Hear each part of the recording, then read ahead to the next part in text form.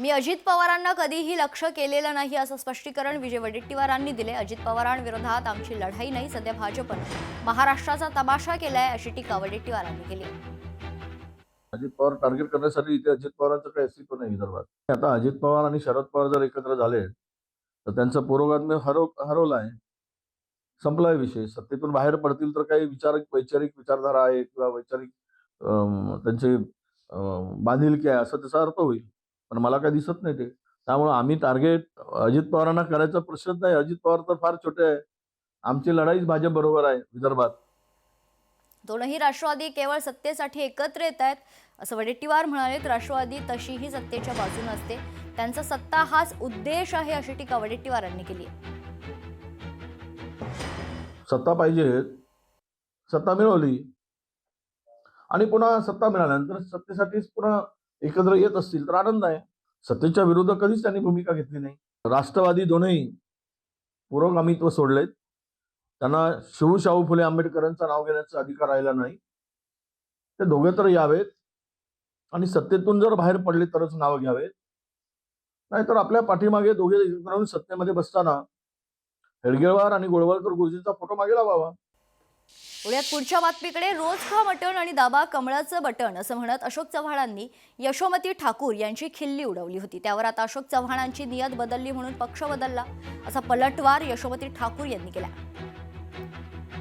यांनी घोटाळे केले आणि भाजपमध्ये केले आणि भाजपमध्ये गेल्यानंतर स्वतःच्या वडिलांची प्रतिमा पण त्यांना लक्षात नाही आहे की एक मुख्यमंत्री, एक केंद्रीय मंत्री, त्यांचा मुलगा जो माजी मुख्यमंत्री आहे तो अशा घाणेरड्या गोष्टी बोलतो आणि या खालच्या पातळीवर जातो, ह्याचं आश्चर्य मला नक्कीच आहे।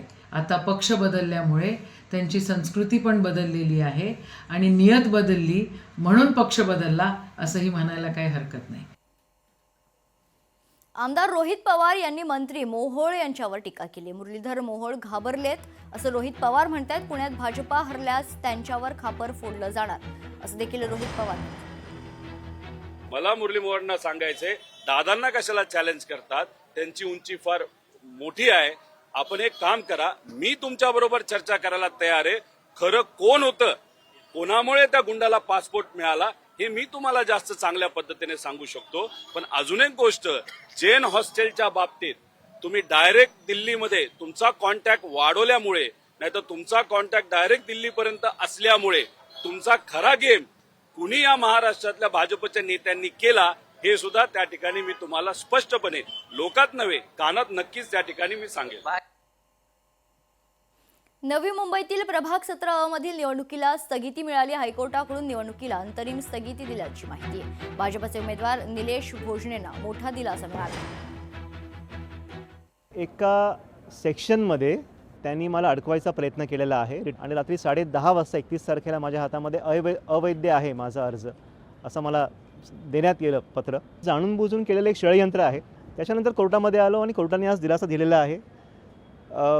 महत्त्वाचं हे दुःखद बाब आहे की कोर्टाचे 4 दिवस घेतले ह्या प्रकरणासाठी, ह्या 2 लाईनीमुळे। चीफ जस्टिस आणि जस्टिस गौतम अंकड हे डिव्हिजन बेंच बसले, त्यांना जेव्हा निर्णय घ्यायला 4 दिवस लागत आहेत तर एका आरोला एवढे अधिकार कसे काय भेटले, मला याचं आश्चर्य वाटतंय।